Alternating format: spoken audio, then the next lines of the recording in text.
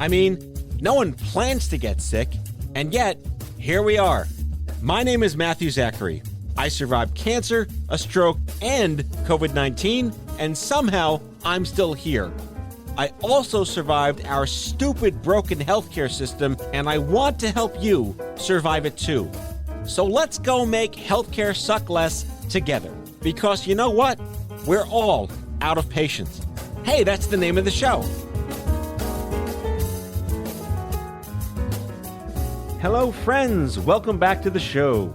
A quick reminder before we get started, if you like the show, I hope you do, and you're on Apple Podcasts, please leave me a rating, a review, a star, just a star. That's all I ask for. Are there stars? I think they're stars. Anyway, today on the show, I welcome an extraordinary young woman. Grace Wethor is a living, breathing unicorn of talent and intelligence. Guitarist, pianist, trapeze artist, figure skater, model, author, TED speaker, and a 6-year survivor of an inoperable brainstem glioma that she was diagnosed with at 13 years old in 2015. Grace is the author of You're So Lucky and a new docu-series called You're So Lucky, the Next Chapter on YouTube. She joins me now to talk about her story and what it's like to have your whole life interrupted at such a young age. We also compare notes against her experiences in the 2010s versus my eerily similar experiences in the 1990s. Spoiler alert, we've come pretty far, but we've got a long way to go. Enjoy the show.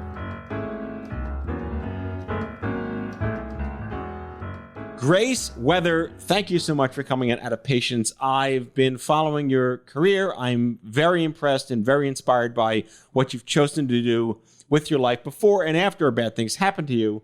But it's a pleasure to have you here on the show. Thank you so much for having me. I'm excited to be here. So 3 words people don't wake up and hope to hear one day. Brainstem glioma. Lots of syllables there. Clearly not something you were ready to be hearing at the age of 13 with your parents. But I do want to focus first on what we have in common as brain people, which is this grotesque degree of being misdiagnosed and ignored. Can you talk us through the comedy of terrors that led up to you actually being told there's actually something wrong with you? Yeah, I think that's definitely a common topic of discussion among a lot of different cancer patients and especially brain tumor patients. I was 13 years old when I started getting sick and tired. My mom took me to pediatrician after pediatrician who told me I was making it up for attention. I was depressed. I was just a teenager. I heard every single thing in the book. One day, my mom thought that I might have mono, so she took me to the emergency room where they did blood work. They found out I didn't have mono, but my red and white blood cell counts were very far off. So I ended up in the hematology and oncology department for leukemia. They found out there I did not have leukemia, but I would spend 6 months as a patient there trying to figure out why I had these really weird blood markers, which all led up to January 9th of 2015, when after about a year of going to doctors, I was finally diagnosed with a brainstem glioma. So it was definitely a long fight even to just get that MRI, even though I complained of headaches all of the time. And unfortunately, this is not an uncommon topic that I hear from a lot of my friends who also have similar backgrounds and stories. My brain cancer surgery was supposed to be on January 9th, 1996. Really? Yeah, it was the 10th because there was a giant blizzard that destroyed the planet. So second day, but you said January 9th, and that is a very resonant date in my history. So let's talk more about so you have leukemia, and that was still a misdiagnosis. Did that just scare the shit out of you? No one knows what leukemia doesn't mean cancer. It does, but it doesn't sound evil. Yeah. My whole family, we didn't know how to really react. I wasn't a sick kid growing up. So it was really the first time I had ever been in the hospital. So I always say that whole experience, I think, was a lot scarier than the final diagnosis of a brain tumor. To be honest, when we finally got that diagnosis of a brain tumor, we were actually pretty happy at that point because it was a reason for all of this, suffering that we had gone through over the past year. It was like, thank God we finally know what's wrong. So yeah, I would definitely say that original trip to the hematology, the blood cancer department, was probably a lot worse than January 9th. I mean, I had the same experience. Like it's astonishing. Like here you were treated like 20 years after I was treated, and we had virtually the same experience. They finally were able to look inside my brain with an MRI, which back then was like, ooh, MRI. We're like, we had no fancy space tech, right? And there's a mass in your brain. And I said, thank God, it's something. Yeah. You had the same feeling. Yep. It was a reason, because I think a lot of I had been getting told for so long that I need to go on antidepressants and that I was just being moody. And I was like, no, you don't understand. There is something happening, but I just can't express to you what it is, because I'm not a doctor and I don't know medical terms. I'm very lucky that I know myself and that industry a lot better now that I've been a patient for 6 years. But it took my mom literally like yelling at these doctors, being like, no, there's something wrong with my child. This is not her. It took that much, advocating for ourselves and for our family to even get in the room and get these doctors to listen to us. And I've heard so many stories of people who it was passed off as eating disorders. It was passed off as like migraines and concussions. I know one girl where the doctor said to her face, he said, if this is a brain tumor, I will quit my job, because I'm just like, I'm not a real doctor if this is a brain tumor. She goes into the MRI, hour later, he has to come in and apologize. He's like, you have a brain tumor. So it's definitely an ongoing struggle to be a patient and not really know exactly how to navigate the medical field. But yeah, that diagnosis was, it was almost like an ending point for our family of that medical journey. Did you have t-shirts printed that said, yes, it was all in my head? We did not, but that would have been a fun idea. My goodness. Yeah, so you were 13. I assume that's middle school where you grew up. 7th grade. So I would imagine getting diagnosed with a brain tumor in 7th grade in 2015 would hopefully be different from a stigma perspective than getting diagnosed in 7th grade in the 1990s. How did your class react? Or was this something that was still kind of hush, or what's wrong with Grace? I think I had a lot of different experiences. It's definitely not like the movies. I felt a little ripped off. I was like, come on, where's my like perfect story? But I found when I was diagnosed, at first, there was definitely like an outpour of love and support, as you would hope that there is for your family. But I found as I started going more and more into my journey, I actually ended up receiving a lot of backlash, which was not something that I was expecting as a 13-year-old who was already pretty self-conscious. And I started getting bullied online and on Instagram, and ended up having to shut down my social media accounts because of the comments and the messages I was getting from my old classmates and from people that I didn't even know, saying the craziest of things, like, I hope you die. I hope the brain tumor kills you. Just like the most insane things. So I always say, along with the brain tumor fight was this whole other aspect of having to reevaluate my life and this new, things that came with being a brain tumor patient. And I've heard from a lot of kids, whenever I talk to them, patients of all different ages, they always say that they lose their friends, which is not something that you expect is going to happen. I definitely didn't think I was going to lose most of my friends through this experience, but everyone, handles it in their own way. And unfortunately, I had to find who my true friends were and just, go to the people that I knew I could have that would have my back and support me through everything. So it's definitely a process, and I'm still learning to this day. I want to get back to social media in a moment, but I do want to focus on the fact that you were a relatively, I'm going to say abnormal in the best sense, fearless child. Thanks. And people can go online and find all about how you joined the circus at 9 years old. Yeah. You were a fearless young woman, and then you're confronted with mortality. Did being fearless come in handy, or did it like soften the blow of having fear? Do you remember?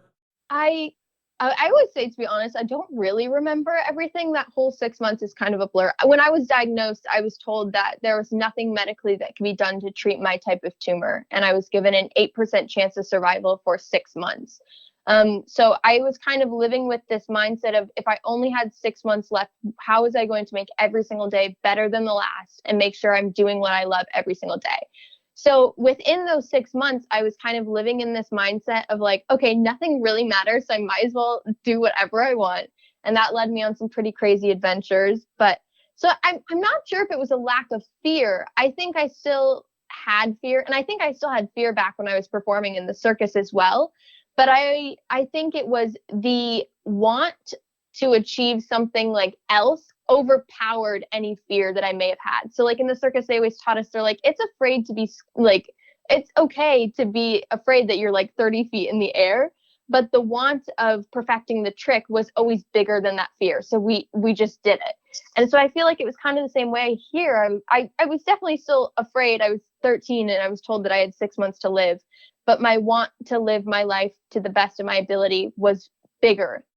You are me incarnate, because I was also given 6 months to live. I swear, like literally, that was like at your affair. Crazy. And I was just about to graduate from college, and like they're like, "Oh, too bad. Sorry about that." At the one thing we also have in common is I'm a pianist. You're a pianist. And again, it's your brain, right? It's like you can't see inside it. It's freaky. It's not like a cancer on your skin or in your breasts or testicles. It's like in your head. You know, you can't control it. Like this thing, this alien is living in your brain. Did you have any neurological side effects? Because I do want to explain to the listeners that, you know, the brainstem, that's like way, way, way in your brain. That's not like an outer brain. That's like the core of the earth brain, right? Yeah. What happened there? So the brainstem is pretty much the deepest part of the brain. It's connected to the top of your spinal cord, and it's in charge mainly of bodily functions that are more related to like the actual movement and function of your body. So it controls your swallowing, your muscles in your face, your heart, things like that, your lungs. So for me, I noticed I was having a really hard time swallowing, and I would have these like fits or like attacks where I couldn't breathe. I would keep breathing in, but my body couldn't release my vocal cords to breathe out. And that was something that I really noticed in the beginning, and we didn't realize until after I was diagnosed that that was the reasoning for that. So it's not necessarily neurological issues that come along with brainstem gliomas, more like body functions. Like the one side of my face droops a little more than the other side when my inflammation's really high. But I definitely contribute, you know, piano and guitar and those tasks that strengthen your brain to being at where I am neurologically. So just kind of have to balance it out by, they always say it's like physical therapy for your head. No, agreed. My tumor was in my cerebellum. We're giving everybody like a brain biology lesson on this on this interview today. So the cerebellum is the structure below the brain. It's technically part of the brain, but it abuts the brain stem. So mine was in the cerebellum. Yours was in the brain stem. Those are parts of your brain that control things, as you pointed out, that you have no control over, like breathing and your endocrine system. And there's no thoughts there. And they're going in with all these, you know, spoons and knives and whatever to cut these things out. So they go in your head with all these, you know, spoons and knives usually. You didn't have surgery. What was your protocol? Yeah, so I was sat down the day I was diagnosed, and I was told that my tumor was inoperable, which already made it very difficult to treat. And then on top of that, chemotherapy and radiation would also have a very, very small percentage of working because it was inside the blood-brain barrier. So I was told that day that there was nothing in traditional medicine that could help me at that time, and was sent home with no next steps, which for my family was probably the worst part of the whole experience. Is usually like when you expect to be diagnosed with any form of illness and be given some, you know, next step or some answer. And I was sent home with drink Gatorade when you pass out or have seizures, because I was having those multiple times a day at that point. So I was sent home and was put on a wait and watch protocol. So I actually say it's really weird how I was saying earlier, the diagnosis was kind of the end of my medical journey. That was the day I went home, and I would only come back for checkups. So I was put on wait and watch, and I still get MRIs every 3 to 6 months now.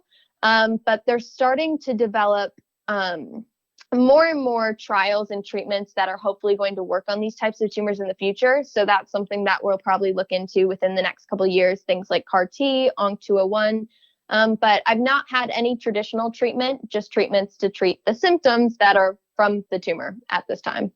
You just use a lot of sciencey jargon that I Yeah. understand. But so I'll allow you to Wikipedia yourself. By the way, you have a Wikipedia page. But what is CAR T cell? You said a lot of cellular genetic stuff there. Explain to the listeners. Yeah. So basically, unfortunately, tumors in the brainstem have not the best percentages, especially in pediatrics. So my tumor is, they haven't biopsied it, but it's most relatable to a tumor called DIPG. And these type of tumors usually have a less than 1% survival rate for 5 years. And I've been lucky enough to get to know a lot of kids who are currently fighting this when we were in Washington, D.C., fighting on Capitol Hill for DIPG awareness. And basically, a lot of these kids who are further along in their cancer journey, they've been going to treatments all over the country. I think like Stanford's the main one right now. But CAR T cells are cells that do go into the blood-brain barrier, and they're seeing success on brainstem gliomas with this, new therapy that will hopefully be able to help these type of tumors, as well as ONC201, which is a new drug that is also going into the blood-brain barrier. So these type of tumors, the treatment for them has not improved significantly since Neil Armstrong's daughter Karen died of this in like the 60s, and she died of the same type of tumor. So our hope is that we'll start to see some real advancements in these brainstem tumors and start getting some, traditional medical treatment for them to help these kids.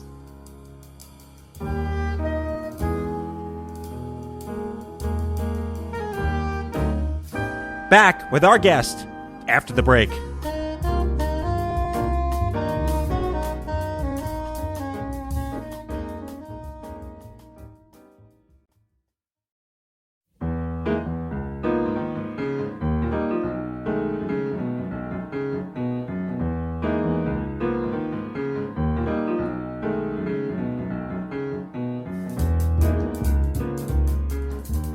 All right, Grace, picking up where we left off, it's clear you've had an edification of science that you possibly didn't expect to have, and you do speak quite eloquently. I want to get to how you're now imparting that downstream to communities and other patients, but I can't help but want to go back to the fact that I had such a benefit of having no internet when I was diagnosed. We had like AOL CDs. That was all we had in the 1990s. But here you are telling me this tragic story of friends hating on you. And, I lost friends in the old school way. They just stopped talking to me, right? The house phone stopped ringing. That's all we had. But you're living in an age now, 2015, all these years later, you are the internet generation that had this situation. Help me understand how the internet helped and hurt, because you're going to have this spectrum of support or not support. And I'm terrified by it, but encouraged by it.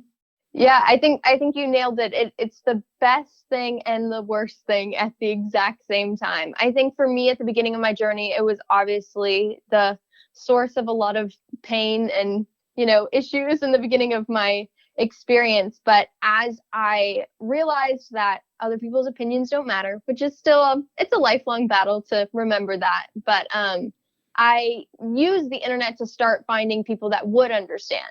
I was like, okay, I need to make friends that, it was hard. You're 13, your friends want to go out, they want to, hang out. And when you are fighting something like this, there's headaches, there's seizures. Sometimes you're just tired and you don't want to talk to anyone. And so I think I was like, okay, I need to find people that will understand then. If I need new friends, who will get it? And I was like, it's going to be other kids who have been through similar situations. So I turned to the internet, and I think when I started this, I literally just searched like #brain tumor. It was that simple. And through that, day-long search of finding new people, we started to build a community all over the world of people that truly understand what we're going through. And that's why I love, people like that do things that you do to help foster that community. Because if you look in the wrong place, the internet can be a very difficult thing. I'm also in a career in entertainment that brings its own, things on the internet as well. And so I think just making sure that we can use social media for good and to connect with people that we have a lot in common with. I think it's hard, but it's definitely an amazing, amazing tool if it's used correctly. Right. With great power comes great responsibility. Good old Spider-Man Yes. coming right at you. So I was involved indirectly and sort of directly with the movie 50/50, which came out in 2012 before you were diagnosed. And I love that you commented before earlier on the show that, hey, this isn't what it looks like on film and television. That's pretty cancer, right? And that's pretty tumors. That's pretty things that are going through. To the extent that, most people don't have Anna Kendrick as their social worker, which, Joseph Gordon-Levitt's character did in 50/50. What was your care team like as far as over the last 6 years? You say you keep going in. Your parents, I'm sure, are endlessly supportive and probably endlessly freaking out, as my parents were and probably still are 25 years later. Where are you getting your key support from? Because you mentioned, you lost some friends. The flour sifts to get a little finer grain. What's your ecosystem like these days? Yeah, I always say that the number one reason I'm ever okay is my mom. It's just me and her. She's a single mom. She's absolutely incredible. She has, from the beginning, been very supportive on the mental side of this journey, which was really important for me. She's a lawyer by day and a yoga teacher by night, which is just like the best combo. Very strange, but having her be on, so left-brained and right-brained at the same time. I remember when I first got sick, she was the one who sat me down and was like, okay, well, we have no control over the fact that this happened to us, but we're going to play the cards that we've been dealt.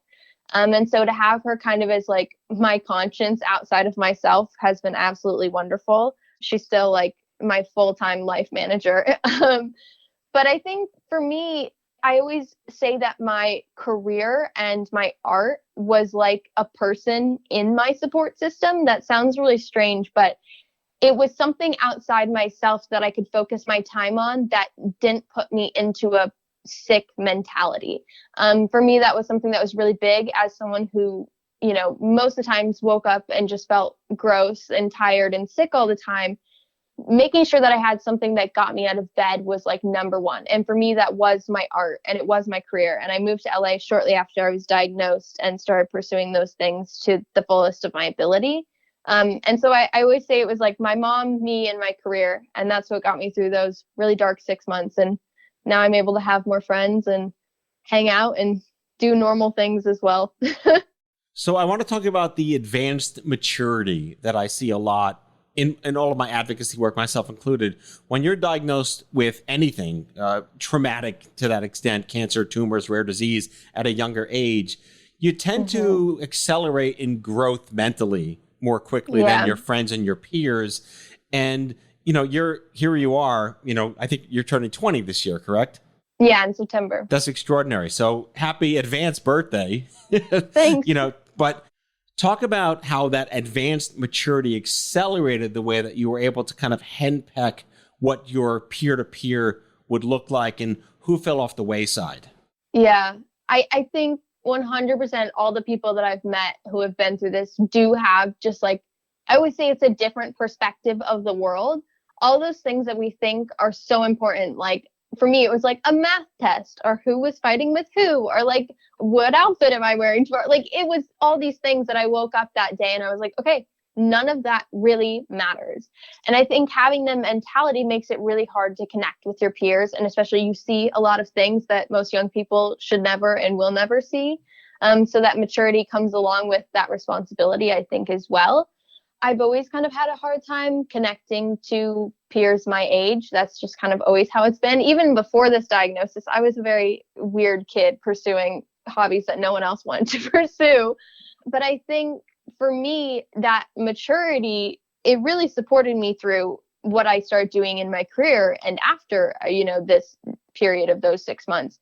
Because it allowed me to have that different perspective on life and do things that I felt would actually help others, not just myself, which I think is a really weird way for like a 13-year-old to think, even looking back at it now. But I found that I started slowly making friends who understood what I was going through and would support me when I was sick. I think that was the biggest thing, like having people who understood like a text that was like, hey, I don't think I can do this today. I have a headache. And them receiving that well, you think most people would, but that's not always the case, especially with teenagers. So I started making friends again, and I realized that most of them had that moment, that aha moment for themselves as well. It was a total accident, but like my best friends, one has cystic fibrosis, one has gastroparesis, and it can be anything from like a divorce to a family death to an accident, like anything. But I find that these kids have this switched perspective that I find that I also have. And so that's kind of how I'm able to live my life and have this support system of people who truly get it, is because they've had that moment for themselves as well. I've heard that referred to as an advanced degree in shit happens. Yeah, exactly. So I want to focus on your art. That's your anchor. That's my anchor. I really relate to how you're sticking to your creative process in the wake of having gone through all this traumatic experiences. You chose to write a book, and what I love about your book, You're So Lucky, is that perfect sort of sardonic, satirical wit on making fun of the things that are awkward when people say, but you look great. How are you feeling? Yeah. Oh, you're so lucky. So obviously that's a fantastic tongue-in-cheek, but why a book? And now there's a docu-series that's tangential to the book. Mm-hmm. Well, I'm so glad you understood that reference, because most of the time when people ask me, when they don't get it, I'm like, oh, you must not be a survivor, because this is something that we get told every single day. I started the book off with this paragraph. It's like, I tell people that I have a brain tumor, the first thing they say is, oh my God, I'm so sorry. And then they say, but you're so lucky. And I thought that was always so interesting, because I didn't know if I considered myself lucky. And it's like, would you have considered me lucky when I was told that I had 6 months to live? Like, I just had this weird relationship with this saying that strangers would tell me on a daily basis. So I had been playing with this idea of luck and writing this book, You're So Lucky. And I wrote as much as I could, but every time I read it, it felt like there was something missing, because I knew that this book would go wider than just the brain tumor audience. I hoped that it would help brain tumor patients, but I knew it would go to people who were not familiar with brain tumors as well. And I thought my perspective was very one-sided, especially because I hadn't had more traditional treatments like surgery or chemotherapy. And I was also kind of on the other side of things at this point. So I felt I had a very, positive outlook on things, which is not always how we feel and the case in most situations. And so I was talking about earlier how I searched #brain-tumor on Instagram, and I was starting to find these people all over the world who had similar situations to me. And then it just kind of clicked. I was like, I need to have the stories of more than just myself. So I searched #brain-tumor on Instagram again, as simple as it may sound. And I started finding people, and we put together this group of 15 people who all had, different but similar brain tumor stories, and wrote from their perspective of what this illness meant to them. I think I had been just wanting to write a book since I was very young. The book started when I was 14 or 15. And it was totally just like, I call them bedroom projects. Like, I was just sitting in my room by myself, and I was like, I'm going to write a book, not thinking that I would ever finish one or it would ever be on a shelf. But then it came out, and I was able to, educate people about this illness, because I think a lot of people just don't know until it affects your family personally. And then this year we had the opportunity to adapt it into a docu-series, which was very, very fun for me as a film fan. Just absolutely extraordinary. So if you're not aware, Grace, I want to make you aware, and our listeners who know this because I mentioned this like endlessly in my show. Your book, your tone reminds me very much of another friend of mine who was a young adult cancer survivor.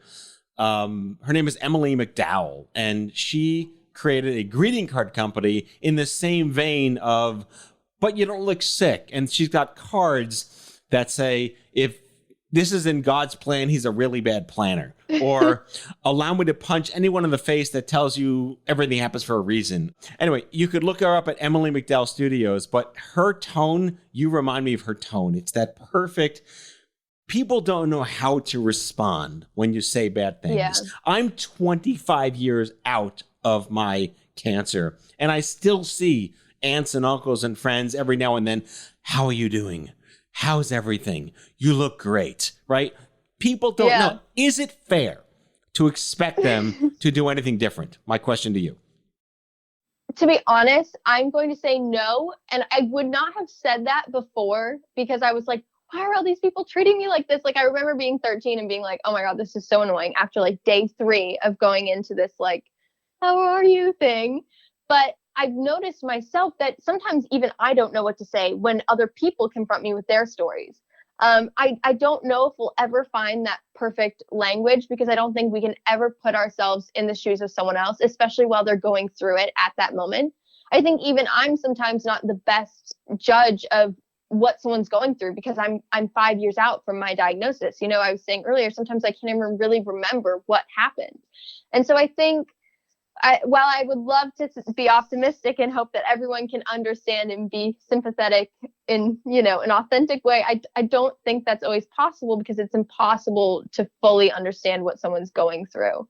I always say, though, that I try to live my life thinking in that perspective, which is what I think we can do, like thinking in the perspective of other people are going through something, whether they choose to share it or not. So all we can do is be a nice human ourselves and hope that that rubs off on the people that we interact with on a daily basis. Because I always, like, I don't look like somebody who has a brain tumor. If I was walking down the street, no one would come up to me and be like, oh, you have a brain tumor, you know? And so I think that I always say that cashier is going through something. That person yelling at someone at the mall is going through something. And so I think if we can just be positive in ourselves, hopefully we can spread that, as cliche as it sounds. But no, I don't have an answer for what the perfect thing to say is to someone who's just been diagnosed. I think it's just, I wish that awkwardness could go away, but I'm not sure if it will. But I love the idea of the cards. That's a good icebreaker.